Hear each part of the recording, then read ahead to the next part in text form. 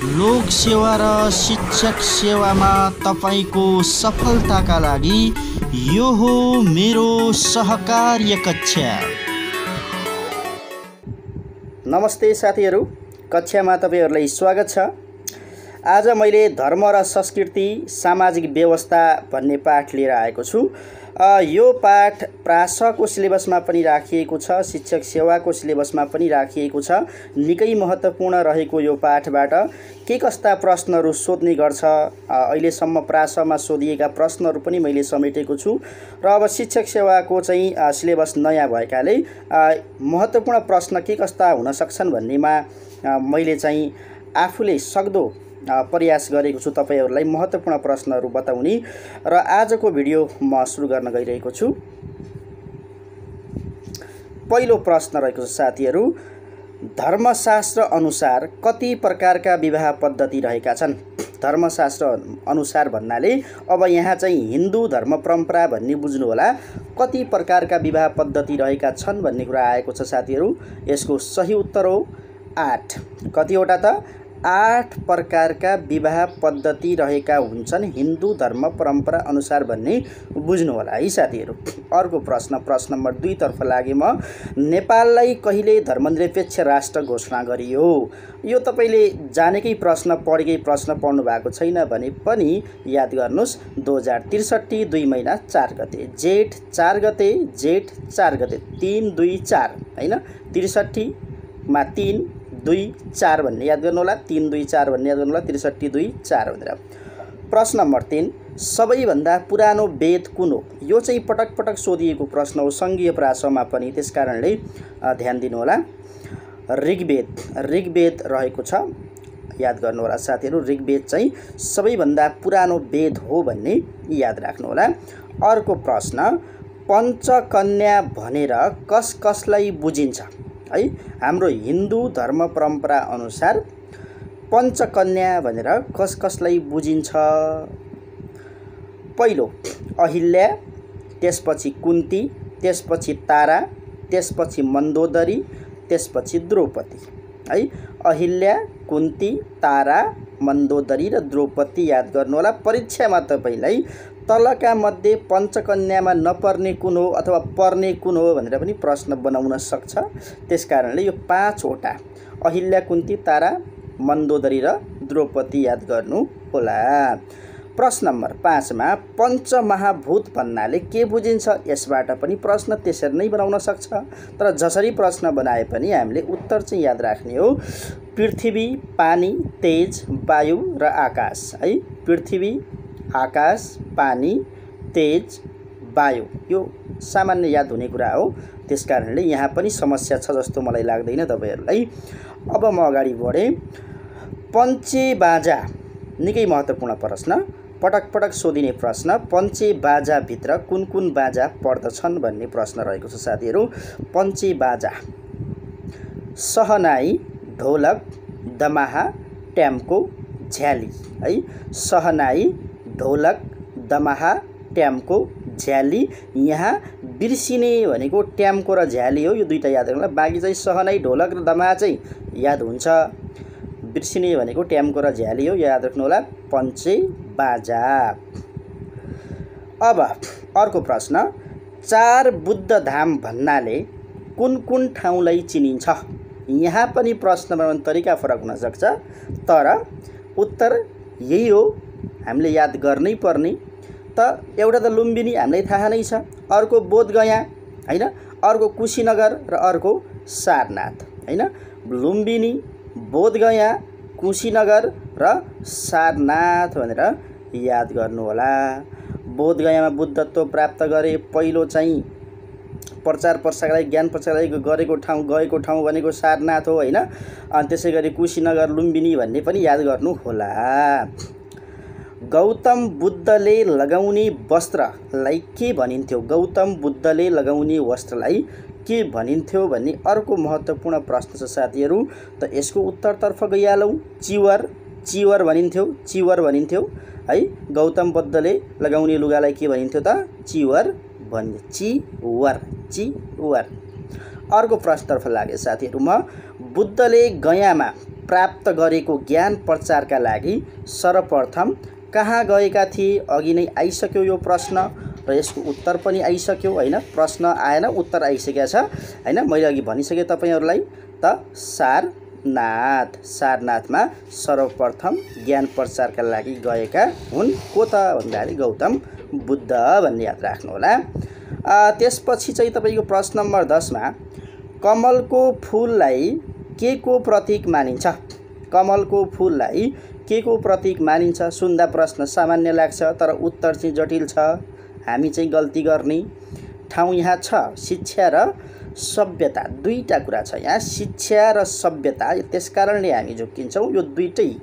अब अप्सनमा त्यहाँ विकल्पमा तपाईले शिक्षा पनि होला सभ्यता पनि होला दुवै पनि होला, त हामी चाहिँ कि शिक्षामा होला कि सभ्यतामा लगाउँला, त्यसरी हामी गल्ती गर्ने गर्छौँ। त्यसकारणले शिक्षा र सभ्यता दुवै याद राख्नु होला। 11 नम्बरमा पुग्यौं साथीहरु। शिवको धनुलाई के भनिन्छ?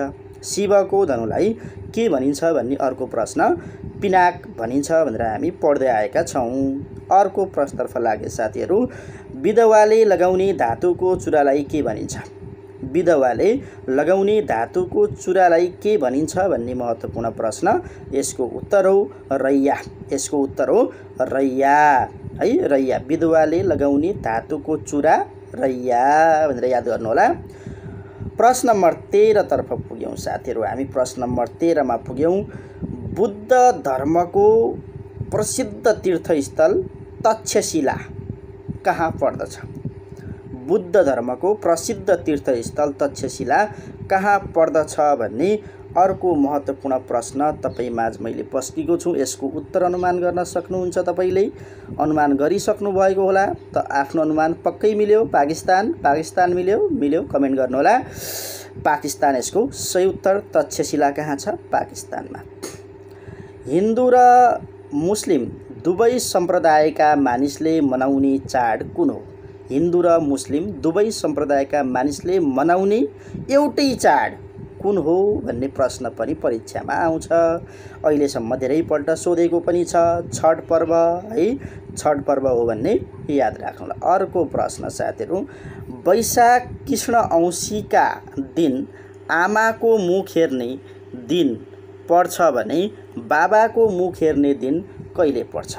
अब यो वैशाख कृष्ण औँसीका दिन, वैशाख कृष्ण औँसीका दिन आमाको मुख हेर्ने दिन पर्छ भने बाबुको मुख हेर्ने दिन कहिले पर्छ भन्ने प्रश्न छ साथीहरु। यसको उत्तर हो भाद्र कृष्ण औँसी। भाद्र कृष्ण औँसी भनेर याद गर्नु होला। भाद्र कृष्ण औँसी भनेर याद गर्नु होला। अर्को प्रश्नतर्फ लागे साथीहरु। प्रश्न नम्बर 16 मा गुरुङ शेर्पा तामाङले फरक समयमा मनाउने एउटै पर्व कुन हो? गुरुङले पनि मनाउँछ, शेर्पाले पनि मनाउँछ, तामाङले पनि मनाउँछन्। त यी तीनटै सम्प्रदायले मनाउने एउटै पर्व कुन हो भन्ने छ लोसार भन्ने याद गर्नु होला। लोसार भन्ने याद गर्नु होला साथीहरु। प्रश्न नम्बर 17 तर्फ लागेमा दाजुले भन्दा पहिले विवाह गर्ने भाइलाई के भनिन्छ? हैन, दाजुले भन्दा पहिले नै आफूले बिहे गर्यो भने त्यस्तो भाइलाई के भन्ने त हामीले? हैन, त्यहाँ पनि नाम दिइएको छ परिवेत्ता। परिवेत्ता भनिन्छ। दाजु भन्दा पहिले नै बिहे गर्ने भाइलाई परिवेत्ता भनिन्छ।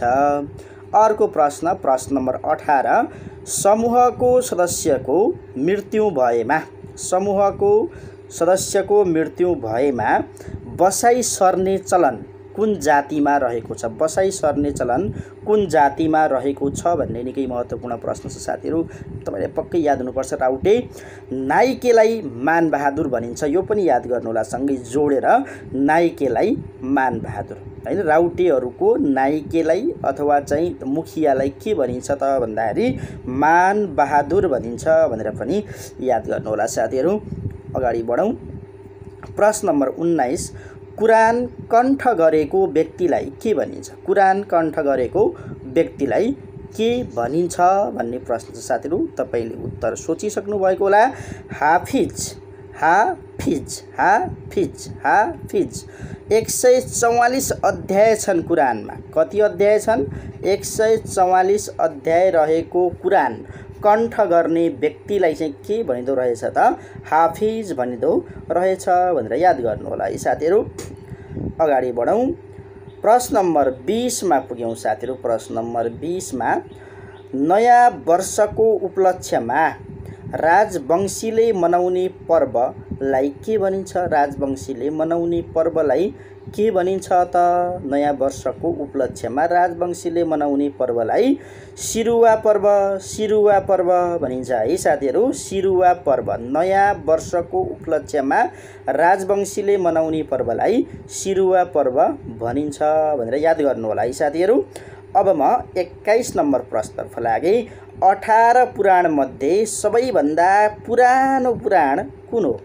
18 पुराण मध्ये सबैभन्दा पुरानो पुराण कुन हो भन्ने रहेको छ। यसको उत्तरतर्फ लागौँ। यसको उत्तरतर्फ वर्म पुराण चाहिँ सबैभन्दा पुरानो पुराण हो भन्ने याद गर्नु होला है साथीहरू। अर्को प्रश्नतर्फ लागौँ साथीहरू। महाभारतमा 1,00,000 श्लोकमा कतिवटा शब्द रहेका छन् है? महाभारतमा 1,00,000 श्लोकमा कतिवटा शब्द रहेका छन्? अब यहाँ पहिलो बुझ्नुपर्ने कुरा त के छ भने महाभारतमा कतिवटा श्लोक छन् त? 1,00,000 श्लोक छन्। त्यो 1,00,000 श्लोकभित्र कतिवटा शब्द अटाएका छन् त भन्ने कुरा पनि आयो नि हैन त। 30 लाख शब्द अटाएका रहेछन्। 30 लाख शब्द अटाएका रहेछन् भन्ने पनि जान्नु पर्यो है साथीहरू। 23 मा योगका प्रवर्तक पतञ्जलि हुन् भने आयुर्वेदका प्रवर्तक को हुन् है? योगका प्रवर्तक त पतञ्जलि भन्ने थाहा छ, तर आयुर्वेदका प्रवर्तक को हुन् भन्ने पनि जान्नु पर्यो। धन्वन्तरी हुन् भन्ने पनि याद गर्नु पर्यो है साथीहरू। आयुर्वेद, धन्वन्तरी, योग, पतञ्जलि। कुर्मा तन्त्र कसले रचेका हुन्? धेरै महत्त्वपूर्ण प्रश्न साथीहरू, पटक पटक सोधेको प्रश्न। कुर्मा तन्त्र कसले रचेका हुन् भन्ने प्रश्न छ। रावणले रचेको कुर्मा तन्त्र रावण भन्ने बुझ्नु होला। अर्को प्रश्न साथीहरू, प्रश्न नम्बर 25 मा पुग्यौँ। सांख्य शास्त्रका प्रवर्तक कपिल हुन् भने न्यायशास्त्रका प्रवर्तक को हुन् भन्ने प्रश्न याद गर्नुपर्ने छ साथीहरू। यसको सही उत्तर हो गौतम ऋषि अथवा ऋषि गौतम ऋषि, जसरी याद गर्नुपर्ने हुन्छ। अर्को प्रश्न, नक्षत्र 27 हुन्छन् भने योग कति हुन्छन्? नक्षत्र 27 हुन्छन् भने योग कति हुन्छन् भन्ने छ। अब योग भनेको यहाँ पतञ्जलिको अथवा रामदेवको योग चाहिँ होइन हैन। यो चाहिँ ज्योतिषशास्त्र अनुसारको योग हो। यो चाहिँ 27 नै हुन्छ। यहाँ बुझ्नुपर्ने कुरा के छ भने नक्षत्र पनि 27 वटा हुन्छ, योग पनि 27 वटा नै हुन्छन् भन्ने जान्नु पर्यो। बौद्ध धर्मको ग्रन्थ त्रिपिटकमा कति पिटक रहेका छन्? बौद्ध धर्मको ग्रन्थ त्रिपिटकमा कति पिटक रहेका छन्? अब उत्तर पनि यसै प्रश्नमा छ साथीहरू, यसरी पनि झुक्क्याउँछ कहिलेकाहीँ। त यहाँ त्रिपिटक भनेको 3टा पिटक भने हो भने त्रि भनेको 3 हो हैन त। 3टा पिटक छन् भन्ने थाहा नै भइहाल्यो, तर कुन पिटक छन् भन्ने चाहिँ याद गर्नु पर्यो। विनय पिटक, अभिधम्म पिटक, सुक्ति पिटक है। यो 3टा पिटक विनय, अभिधम्म, सुक्ति भनेर याद गर्नु होला। अर्को प्रश्न, विनय पिटकमा बौद्ध भिक्षु भिक्षुणीले पालन गर्नुपर्ने नियमहरू लेखिएको छ भने सुक्ति पिटकमा के लेखिएको छ? अब यहाँ दुईटा प्रश्नलाई जोडेँ मैले हैन त। अब यहाँ विनय पिटकमा के हुँदो रहेछ त? बौद्ध भिक्षु भिक्षुणीले पालन गर्नुपर्ने नियमहरू लेखिएको हुँदो रहेछ भने सुक्ति पिटकमा के हुँदो रहेछ त? के लेखिएको हुँदो रहेछ भन्दाखेरि गौतम बुद्धका उपदेशहरू लेखिएको हुँदो रहेछ भन्ने याद गर्नु होला अथवा बुझ्नु होला साथीहरू है। अर्को प्रश्नतर्फ गए साथीहरू म। विश्व बौद्ध सङ्घको प्रधान कार्यालय कहाँ रहेको छ? विश्व बौद्ध सङ्घको प्रधान कार्यालय कहाँ रहेको छ? तपाईलाई यो प्रश्न पनि याद हुनुपर्छ, उत्तर पनि यसको याद हुनुपर्छ साथीहरू। थाइल्यान्डको बैंकक भन्ने याद गर्नु होला साथीहरू।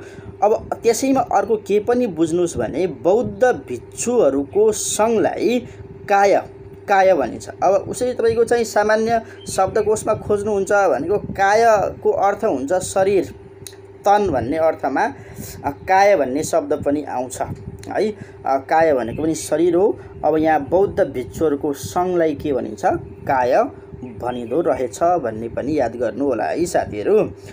अब प्रश्न नम्बर 30 तर्फ म लागे। सिन्धु घाटीबाट उत्पत्ति भएको हिन्दू धर्मका प्रवर्तक कसलाई मानिन्छ? हिन्दू धर्मका प्रवर्तक कसलाई मानिन्छ? हिन्दू धर्मका प्रवर्तक कसलाई मानिन्छ भन्ने प्रश्न आयो साथीहरू। अब भगवान शङ्कराचार्य, भगवान शङ्कराचार्यलाई हिन्दू धर्मका प्रवर्तकका रूपमा मान्ने गरिन्छ। अब प्रश्न नम्बर 31 मा नेपालमा लोपोन्मुख समूहभित्र कति जाति रहेका छन्? नेपालमा लोपोन्मुख समूहभित्र कति जाति रहेका छन् भन्ने कुरा आयो हैन। त अब यहाँ चाहिँ हामीलाई थाहा छ कि 10 वटा जाति, 10 वटा जाति तपाईको चाहिँ लोपोन्मुख समुदायमा पर्छन्, त्यसरी छुट्याइएको छ हैन। अब समृद्ध अथवा सुविधायुक्त जाति दुईटा तपाईको थकाली र नेवारी भनेर छुट्याइएको छ हैन। त्यसपछि तपाईको चाहिँ सुविधाबाट वञ्चित अनि तपाईको चाहिँ सीमान्तकृत, अति सीमान्तकृत हैन, त्यसैगरी तपाईको लोपोन्मुख गरी छुट्टिएको छ। अब यहाँ चाहिँ याद गर्नुपर्ने तरिका, मेरा सुहाले किब कुराको, यो सूत्र याद गर्यो भने पुग्छ। यो सूत्र मैले बनाएको चाहिँ होइन साथीहरू। मैले झन्डै तपाईको 10 वर्ष पहिला नै यो सूत्र पाएको थिएँ। खै कुन तपाईको चाहिँ व्यक्तिले बनाएको मलाई त्यो थाहा भएन, तर मैले चाहिँ यो 10 वर्ष पहिला नै मैले पढेको। मेरा सुहाले किब कुराको हैन, याद गर्नु होला। मेरा सुहाले किब कुराको, मैले यही सूत्रबाट याद गरेको, मलाई कण्ठस्थ छ। मेरा सुहाले किब कुराको, मेचे राजी, मेबाट मेचे, राबाट राजी, सुबाट सुरेल, हाबाट हायु, लेबाट लेप्चा, किबाट किसान हैन, बबाट बनकरिया, कुबाट कुसुन्डा, राबाट राउटे, फेरि कुबाट कुसबाडिया। मेरा सुहाले किब कुराको, मेरा सुहाले किब कुराको हैन। त यसरी याद गर्नुभयो भने, सूत्रबद्ध रूपमा याद गर्नुभयो भने सजिलो हुन्छ साथीहरू। यसरी याद गर्नु होला है साथी। अब अर्को फेरि नेपालमा अति सीमान्तकृत भित्र कति जाति रहेका छन्? अब लोपोन्मुख त त्यो भइहाल्यो, तर अति सीमान्तकृत भित्र चाहिँ पर्ने जाति 12।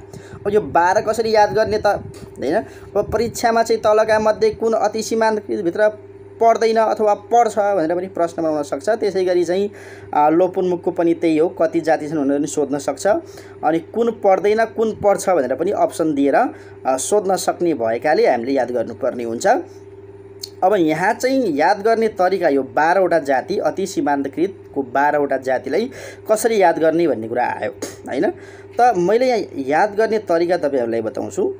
पहिला त यो 4 वटा याद गर्नुस्, 4 भन्दा पनि 3टा, माझी, थामी, बरामु, यो 3टा याद गर्नुस् पहिला।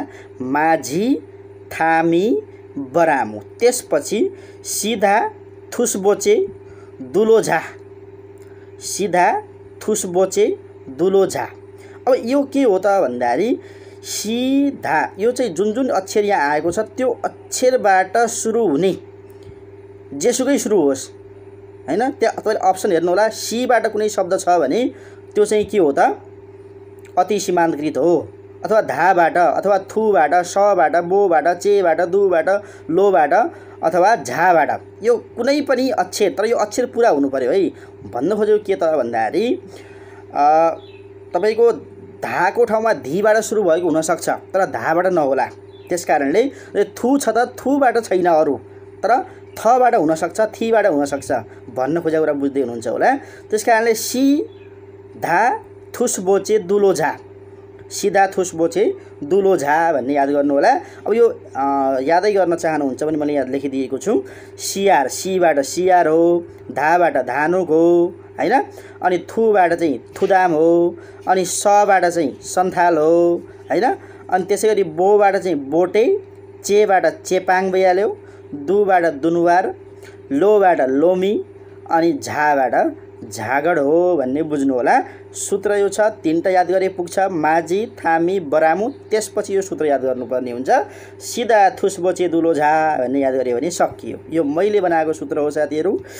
कुनै समस्या छ भने भन्नुहोला, कमेन्ट गर्नुहोला। तर मैले धेरै परिश्रम गरेर तपाईलाई सजिलोसँग कसरी सिकाउने भनेर चाहिँ यो सूत्र बनाएको हो।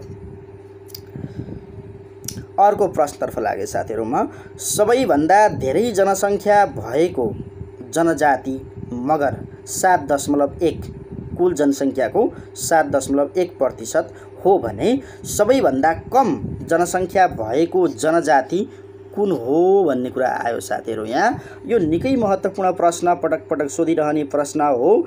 त्यसकारणले यसको उत्तर याद गर्नुहोला साथीहरू। कुसुन्डा, कुसुन्डा याद गर्नुहोस्, 273 जना, 273 जना। यो जम्मै तपाईँको चाहिँ 2068 को जनगणना अनुसार हो।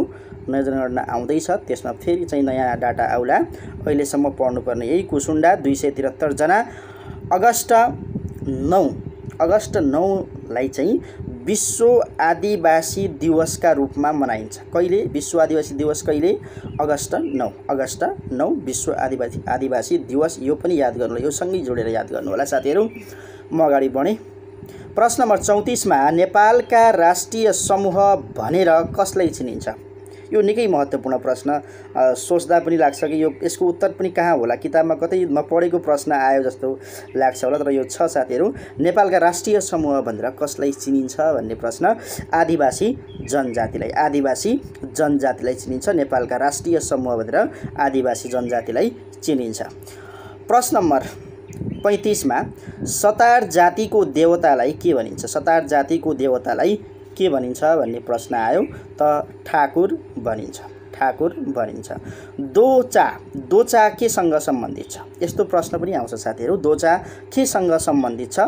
तपाईलाई यसको उत्तर याद छ भने तपाईँ मनमनै भन्नुहोला र पछि मलाई चाहिँ कमेन्ट गर्नुहोला चाहिँ मिलायो भनेर।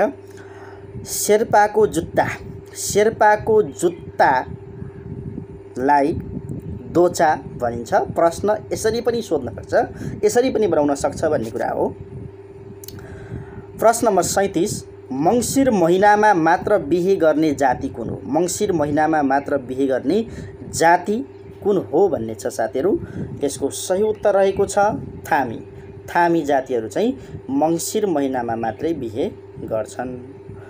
साहिब कुन धर्मको धार्मिक ग्रन्थ हो? साहिब कुन धर्मको धार्मिक ग्रन्थ हो भन्ने कुरा छ। कुन धर्मको धार्मिक ग्रन्थ हो त साहिब? सिख धर्मको, सिख धर्मको धार्मिक ग्रन्थ हो साहिब। अब यहाँ अर्को महत्त्वपूर्ण कुरा के छ भने इस्लामको चाहिँ के हो त हैन? साहिब सिखको चाहिँ धार्मिक ग्रन्थ हो भने त्यसै गरी इस्लामको चाहिँ जसरी यो हडित छ, हडित चाहिँ कसको हो त भन्ने प्रश्न पनि आउन सक्छ। त हडित चाहिँ इस्लाम धर्मको धार्मिक ग्रन्थ हो भन्ने बुझ्नु होला। त्यसै गरिकन मुन्धुम के हो त भन्दाखेरि किरात धर्मको धार्मिक ग्रन्थ हो हैन? त मुन्धुम भन्ने बित्तिकै किरात धर्म याद गर्नु होला। हडित भन्ने बित्तिकै इस्लाम, हडित इस्लाम हैन? सिख साहिब, सिख साहिब याद गर्नु होला साथीहरू। यो निकै महत्त्वपूर्ण प्रश्न छ। अर्को प्रश्न, क्रिश्चियन धर्ममा alpha and omega, alpha and omega भनेको के हो? अर्को महत्त्वपूर्ण प्रश्न साथीहरू, नयाँ लागिरहेको होला तपाईहरुलाई। प्रश्न निकै रोचक छन् तर प्रश्न महत्त्वपूर्ण पनि छन् साथीहरू। त्यसकारणले यी रोचक प्रश्नहरू महत्त्वपूर्ण मानिकन पढ्नु होला। क्रिश्चियन धर्ममा अल्फा एन्ड ओमेगा भनेको के हो भन्ने छ। भगवानलाई भनिन्छ, ईश्वरलाई। जसरी हामी भगवान भन्छौँ, ईश्वर भन्छौँ, त्यसै गरी क्रिश्चियनहरूले चाहिँ गड पनि भन्छन्। त्यसै गरी गड जस्तै similar word alpha and omega पनि हो। भगवानलाई बोलाउने, पुकार्ने, प्रार्थना गर्ने शब्द। 40 नम्बरमा हिन्दू धर्मको सबैभन्दा पुरानो सम्प्रदाय कुन हो? हिन्दू धर्मको सबैभन्दा पुरानो सम्प्रदाय कुन हो? अब यहाँ हिन्दू धर्मको सबैभन्दा पुरानो सम्प्रदाय कुन हो भन्ने छ। यो पनि निकै महत्त्वपूर्ण प्रश्न रहेको छ साथीहरू। शैव भन्ने याद गर्नु होला, शैव भन्ने याद गर्नु होला। हिन्दू धर्मको सबैभन्दा पुरानो सम्प्रदाय कुन त? शैव रहेको छ। अर्को प्रश्नतर्फ लागे साथीहरूमा प्रश्न नम्बर 41 मा गुरुङ जातिले बच्चाको न्वारन गर्दा नाच्ने नाचलाई के भनिन्छ? गुरुङ जातिले बच्चाको न्वारन गर्दा नाच्ने नाचलाई के भनिन्छ भन्ने छ। यसको उत्तर हो गुरुङ जातिले बच्चाको न्वारन गर्दा नाच्ने नाचलाई पुटपुटे नाच। पुटपुटे नाच, पुटपुटे नाच भन्ने बित्तिकै न्वारन गुरुङ, गुरुङको न्वारन भन्ने याद गर्नु होला। गुरुङको न्वारनमा पुटपुटे नाच नाचिन्छ भन्ने याद गर्नु होला। गुरुङ जातिका व्यक्तिहरूलाई, विद्यार्थीहरूलाई त थाहा होला नै हैन, तर बाँकी जातिहरूका चाहिँ विद्यार्थीहरूलाई चाहिँ यो अलिकति थाहा नहुन सक्छ है। अब अर्को महत्त्वपूर्ण प्रश्न साथीहरू, सारङ्गीलाई पोथी बाजा भनिन्छ भने भाले बाजा कसलाई भनिन्छ त? फेरि अर्को रोचक प्रश्न आइलिएछ हैन। अब यो आएछ त यसको उत्तर पनि जानिलिनु पर्यो हैन। त अब जानौँ फेरि यसको उत्तर। भाले बाजा कसलाई भनिन्छ? अर्बाजो, अर्बाजोलाई चाहिँ भाले बाजा भनिन्छ। पोथी बाजा सारङ्गी, भाले बाजा अर्बाजो याद गर्नु होला साथीहरू। के गर्ने? याद गर्नै पर्नेछ। समयको सदुपयोग गर्नुस्। स्वर सम्राट भनेर नारायण गोपाललाई चिनिन्छ भने स्वर किन्नरी भनेर कसलाई चिनिन्छ? हेर्नुस् त अर्को महत्त्वपूर्ण प्रश्न आएको छ साथीहरू। म तपाईलाई सब्स्क्राइब गर भन्नेवाला छैन, अब बेल आइकनमा क्लिक गर्नुस् भन्नेवाला पनि छैन, लाइक गर्नुस् भन्नेवाला पनि छैन। तपाईलाई सहयोग पुगिरहेको छ, भिडियो अझै चाहिन्छ हैन, तपाईको जानकारी चाहिन्छ भने गर्नु होला। तपाईलाई चाहिँ चाहिँदैन, मलाई यो कुनै आवश्यकता नै छैन भन्ने लाग्छ भने किन गर्नु हैन। त्यसकारणले म भन्नेवाला छैन अबदेखि। स्वर सम्राट भनेर नारायण गोपाललाई चिनिन्छ भने स्वर किन्नरी भनेर कसलाई चिनिन्छ भन्ने कुरा छ त? अरुणा लामा, अरुणा लामालाई चिनिन्छ। स्वर किन्नरी भनेर अरुणा लामालाई चिनिन्छ। अर्को महत्त्वपूर्ण प्रश्न तपाईको स्क्रिनमा आएको छ साथीहरू। अन्धा धृतराष्ट्रलाई महाभारत युद्धको सम्पूर्ण विवरण सुनाउने व्यक्ति को हुन्? सम्पूर्ण विवरण सुनाउने व्यक्ति को हुन् भन्ने प्रश्न आएको छ साथीहरू। यसको उत्तरतर्फ जाउँ। सञ्जय, सञ्जय दत्त याद गर्नुस्। जे याद गर्नुहुन्छ सञ्जय दत्त भन्दाखेरि याद हुन्छ भने त्यसरी नै याद गर्नुस्। मेरो बुझाइ के छ भने जसरी याद हुन्छ त्यसरी याद गर्नुस्, तर याद चाहिँ गर्नुस् भन्ने हो हैन। त महाभारतको युद्ध सुनाउने कसलाई? अन्धा धृतराष्ट्रलाई। को हुन् त भन्दाखेरि सञ्जय हुन् भन्ने याद राख्नु होला। सिरुवा पर्व कुन जातिले मनाउँछन्? सिरुवा पर्व कुन जातिले मनाउँछन् भन्ने छ। यसको सही उत्तर हो राजवंशी, राजवंशी। तोर नल्ह कुन जातिको पर्व हो? तोर नल्ह कुन जातिको पर्व हो भन्ने छ। यसको सही उत्तर हो थकाली जाति, थकाली जातिको पर्व तोर नल्ह, तोर नल्ह थकाली। प्रश्न नम्बर 47 मा पुग्यौं साथीहरू। पानी पार्न जेठमा गोरु बेलना पर्व कुन समुदायमा मनाइन्छ? गोरु बेलना पर्व हो साथीहरू, एकदम पर्व हो। तपाईँ हामीले नमनाए पनि एकदमै हाम्रो मौलिक पर्व हो, परम्परादेखि चल्दै आएको मौलिक पर्व। आयातित ह्याप्पी बर्थडे जस्तो होइन, त्यसकारणले हामीलाई थाहा नहुन सक्छ। पर्व चाहिँ हो गोरु बेलना पर्व। यसको सही उत्तर हो कसले मनाउँछ? थारू समुदायले, सम्प्रदायले मनाउने पर्व हो गोरु बेलना। पानी पार्नका लागि जेठमा मनाइने पर्व, असारमा रोपाइँ सुरु हुन्छ, त्यसकारणले यो पर्वको महत्त्व निकै रहेको छ। देवताहरूका वैद्य भनेर कसलाई चिनिन्छ? देवताहरूका वैद्य भनेर कसलाई चिनिन्छ भन्ने कुरा छ। त यो अश्विनी कुमारलाई देवताहरूका वैद्य भनेर चिन्ने गरिन्छ। देवताहरूका वैद्य भनेर कसलाई चिनिन्छ त? अश्विनी कुमारलाई चिनिन्छ। प्रश्न नम्बर 49 मा पुगे साथीहरूमा। लोवा जातिका मानिसहरू कुन जिल्लामा बसोबास गर्छन्? लोवा जातिका मानिसहरू कुन जिल्लामा बसोबास गर्छन् भन्ने प्रश्न आयो साथीहरू। के गर्ने त? उत्तर त जानौँ। मुस्ताङ जिल्ला, मुस्ताङ जिल्लामा लोवा जाति मुस्ताङ भन्ने याद गर्नुस्। लोवा जातिका मानिसहरू कुन जिल्लामा? मुस्ताङ जिल्लामा। 50 नम्बर प्रश्न पुगे साथीहरू। रोधी गुरुङ समुदायमा प्रचलित परम्परागत मौलिक सङ्गठन हो भने भेजा के हो? अब यो भेजा भन्ने बित्तिकै कसैले भन्ला मेरो भेजा सड्कियो, भन्ला यो भेजा भने त बुद्धि हो, दिमाग हो भन्ने आउला, हैन? त अनेक किसिमका शब्दहरू छन्। ती फरक फरक भाषामा अब नेपालभित्रै तपाईँको 131 भाषा पुगिसके, हैन? कुनै भाषामा चाहिँ त्यही शब्दको अर्थ फरक र त्यही शब्दको अर्थ अर्को भाषामा फरक हुन पनि सक्छ। त्यसकारणले हामीले जान्नुपर्ने हुन्छ साथीहरू, तयारी गर्ने साथीहरूले। मगर जातिमा प्रचलित परम्परागत मौलिक सङ्गठन है, रोधी भनेको चाहिँ गुरुङ समुदायमा प्रचलित परम्परागत मौलिक सङ्गठन हो भने भेजा भनेको चाहिँ सेम त्यस्तै हो, तर मगर जातिको प्रचलित परम्परागत मौलिक सङ्गठन हो भेजा। रोधी र भेजा एउटै हो, रोधी चाहिँ गुरुङको हो, भेजा चाहिँ मगरको हो भन्ने बुझ्नु होला है साथीहरू। प्रश्न नम्बर 51 मा पुगे साथीहरू। नामाकरण केसँग सम्बन्धित छ? नामाकरण केसँग सम्बन्धित छ? अझै रोचक प्रश्न आयो साथीहरू। यो अलमलमा पर्ने प्रश्न के हो त नामाकरण? यसले अर्को शब्दमा न्वारन पनि भन्ने गरिन्छ, हैन? त अब यो न्वारन भने त हामीले बुझ्यौँ, तर यो केसँग सम्बन्धी होला त? अब हिन्दू धर्मसँग सम्बन्धित होला कि अथवा केसँग सम्बन्धी होला भन्ने छ। त यहाँ अलिकति बुझ्नुपर्ने कुरा के छ भने 16 हिन्दू संस्कारमध्ये एक हो यो। 16 हिन्दू संस्कार हुन्छन्, तीमध्ये एक चाहिँ के हो त? नामाकरण हो। अब यहाँ चाहिँ जन्म पूर्वका केही संस्कार छन्, जन्मिसकेपछिका केही संस्कार छन् र मृत्युका केही संस्कार छन्, त्यहाँ शिक्षा दीक्षा केही संस्कार छन्। ती संस्कारहरूलाई याद गर्नुहोला, चाहिन्छ भने मलाई भन्नुहोला, म तपाईँलाई उपलब्ध गराउँला। पहिलो पटक रजस्वला भएकी स्त्रीलाई के भनिन्छ? प्रश्न नम्बर 52 मा गहकिलो प्रश्न आएको छ साथीहरू। पहिलो पटक रजस्वला भएकी स्त्रीलाई के भनिन्छ? अब यस्तो पनि हुन्छ साथीहरू, परिवेत्ता भन्ने आएको थियो। भाइ, त्यस्तो भाइ जो चाहिँ दाइभन्दा पहिला नै विवाह गर्ने भाइलाई परिवेत्ता भनिन्छ भन्ने कुरा आएको थियो। अब पहिलोपल्ट तपाईँको चाहिँ रजस्वला भएकी स्त्रीलाई, महिनावारी भएकी स्त्रीलाई के भन्ने त के होला साथीहरू? अनगनिका भन्दो रहेछ। त भन्नु पर्यो साथीहरू, के गर्ने?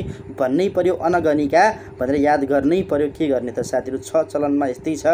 प्रश्न नम्बर 53 मा पुगे साथीहरू। म बाहिरबाट दुलहा झिकाएर दुलहीकै घरमा बस्ने विवाह प्रथालाई के भनिन्छ? अब यस्तो पनि विवाह प्रथा, हैन? अब तपाईँको दिमागमा झट्टा आयो होला घर ज्वाइँ हो कि, हैन? त के प्रथा भन्ने आयो होला। त चाहिँ यसको सही उत्तर हो साथी डोलाजी प्रथा। डोलाजी प्रथा भन्ने याद गर्नु होला साथीहरू, डोलाजी प्रथा याद गर्नु होला। आर्थिक जीवनको प्रश्न नम्बर 54 मा आर्थिक जीवनको खोजीमा नेपालमा सर्वप्रथम बसाइसराई गरी आउने पहिलो मानव जाति कुन हो? आर्थिक जीवनको खोजीमा नेपालमा सर्वप्रथम बसाइसराई गरी आउने पहिलो मानव जाति कुन हो? किराँत हो, टोनी हेगनका अनुसार, हैन? ओ मलाई चाहिँ यो के हुन्छ भने एउटा अचम्मको कुरा मेरो चाहिँ तपाईको चाहिँ तपाईँ सम्पूर्णमा एउटा अनुरोध के छ भने कुनै कुनै प्रश्नमा तपाईँ कमेन्ट आउने गर्छ, यो प्रश्नको उत्तर यो हो कि मैले त यस्तो पाएको थिएँ, किताबमा मेरो अर्कै छ भन्ने कुरा हुन्छ। त एक त तपाईँ राइटर अनुसार फरक छ, त्यो छ, मैले पनि पाउँछु, तपाईँहरूले पनि पाउनुहुन्छ। अर्को कुरा चाहिँ अल्प ज्ञानले, अर्को चाहिँ कारण के हो त भन्दा अल्प ज्ञानले त्यसो हुन जान्छ। किनभने त्यो कसको प्रतिवेदन हो भने, डाटा हो भने त्यो चाहिँ कसको डाटा, कति बेलाको डाटा हो त, हैन? फरक छ नि त, हैन? त्यसैगरी कसका अनुसार भन्ने पनि हुन्छ। त्यो कसका अनुसार, यहाँ टोनी हेगनका अनुसार यो हो, अर्का अनुसार कुनै अर्को हुनसक्छ, त्यहाँ हामीले बुझ्नुपर्ने हुन्छ। त्यसकारणले तपाईँ पढ्नुहोस्, यो पनि जान्नुहोस्, पूर्ण ज्ञान लिनुहोस् कसका अनुसार हो अनि कहिलेको चाहिँ डाटा अनुसार कुन सही हो, तथ्याङ्क पनि चाहिँ कहिलेको अनुसार 68 को जनगणना अनुसार केही कुरा सही होला, त्योभन्दा पहिलाको अनुसार केही सही होला। 68 को नभएर तपाईँको चाहिँ हालसालैको नयाँ प्रतिवेदन, विभिन्न मन्त्रालयले निकालेको नयाँ प्रतिवेदन अनुसार केही फरक होला, हैन?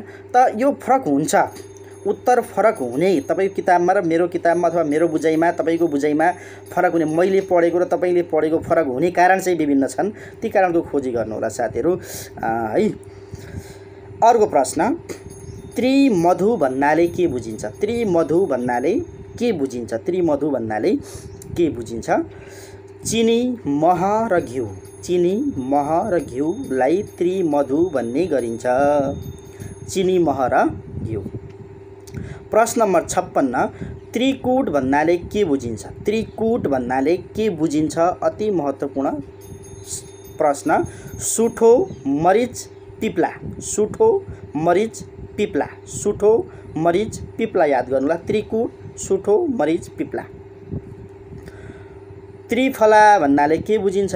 त्रिफला भन्ना यो सबै तपाईँको घरमा पूजाआजा हुँदाखेरि चढाउनु पर्ने सामग्री, चाहिने सामग्री हुन्। त्यहाँ तपाईँ ध्यानपूर्वक पूजाआजामा सुन्नुहुन्छ भने पक्कै यी शब्दहरू आउँछन्, यी कुराहरू चढाइन्छन् हैन। त्यस कारणले ध्यान दिनुहोला साथीहरू। हर्रो, बर्रो र अमला। हर्रो, बर्रो र टर्रो होइन फेरि है, अमला हो है। हर्रो, बर्रो र अमला भन्ने याद गर्नु होला है साथीहरू। अब आजका लागि यतिकै महत्त्वपूर्ण प्रश्नहरूको सङ्गालो लामो समयपछि उपस्थित भए त्यसका लागि क्षमा प्रार्थना। विभिन्न विघ्न बाधा, यो महामारीको विकराल अवस्था, काम गर्नै गाह्रो, तपाईँको चाहिँ तपाईँहरूलाई ज्ञान गुणका कुरा बाँड्नै गाह्रो होइन। त ठिक छ, म प्रयास गर्छु तपाईँ निरन्तर पाठहरू पस्कने। धेरै साथीको कमेन्ट आइरहेको छ चाहिँ सधैँ ल्याइदिनु पर्यो, सधैँ तपाईँको चाहिँ पाठगत रूपमा गइदिनु पर्यो। तपाईँका अनुरोध सुन्दा सुन्दा मलाई कता न कता तपाईँको चाहिँ म कस्तो ठुलो पापी रहेछु भन्ने जस्तो लाग्छ। तै पनि ठिक छ, म प्रयास गर्छु। तपाईँ तयारी गर्दै गर्नुहोस्, पढ्दै गर्नुहोस्। हस्त, नमस्ते आजका लागि।